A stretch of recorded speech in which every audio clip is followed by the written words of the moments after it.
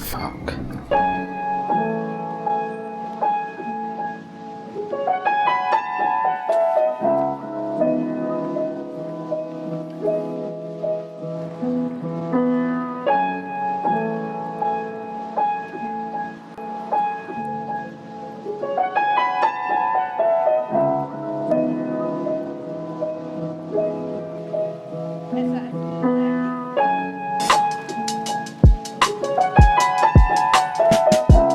This is the Panasonic LX7. It's old, slow, and completely irrelevant in 2026.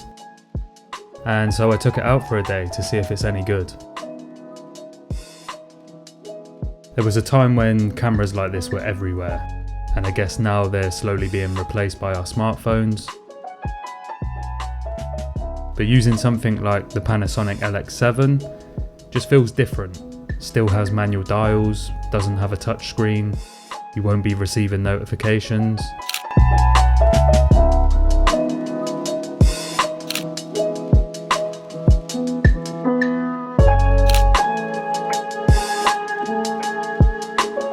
I've been searching for the ideal point and shoot ever since I got into photography. Of course I've used the Ricoh GRs, the Fuji X100 series in the past, but I've always been looking for something pocketable and something with a good zoom, and I saw this one going on Marketplace for a fairly decent price, so I thought I'd snap it up and see what it's like to shoot with.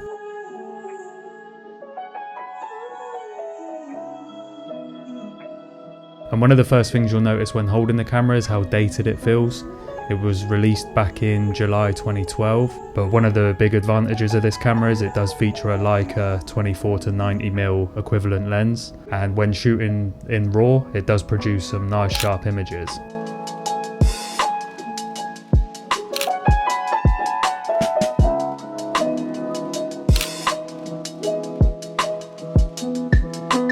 I think one of the coolest features that the camera has is the ratio dial.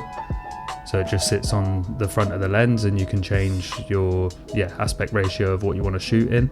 So you can change it from 1:1, 16:9, 3:2.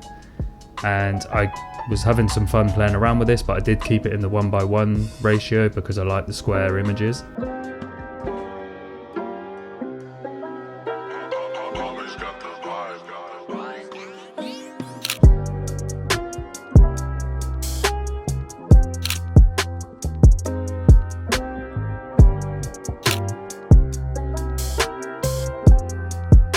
The LX7 has a feature that still most modern compact cameras don't have today, and that's an ND filter.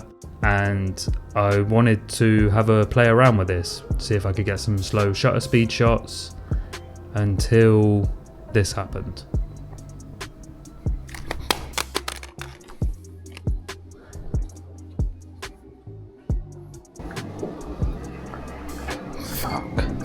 Cosmetically, I hadn't done any damage to the outside of the camera other than a tiny chip in the lens barrel. However, I had done damage internally. I'd either knocked the sensor or I'd done something to the lens barrel where the lens then wasn't fully retracting, and it was just giving me error messages every time I tried to turn the camera on.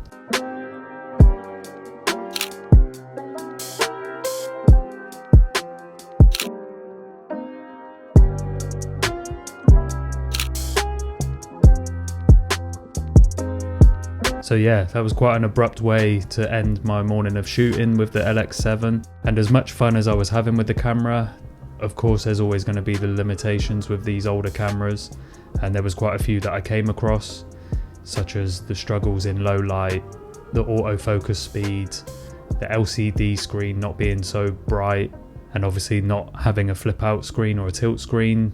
It's quite hard getting the lower angle shots, and so it kind of forces you to only shoot one way.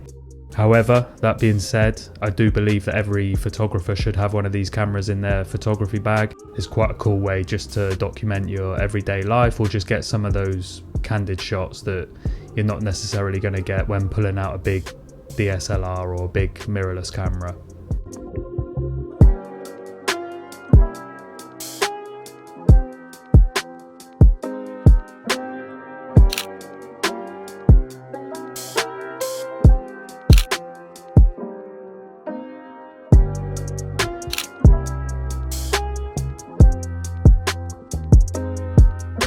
Thanks for watching, guys. I guess the moral of the story is always take a camera strap with you.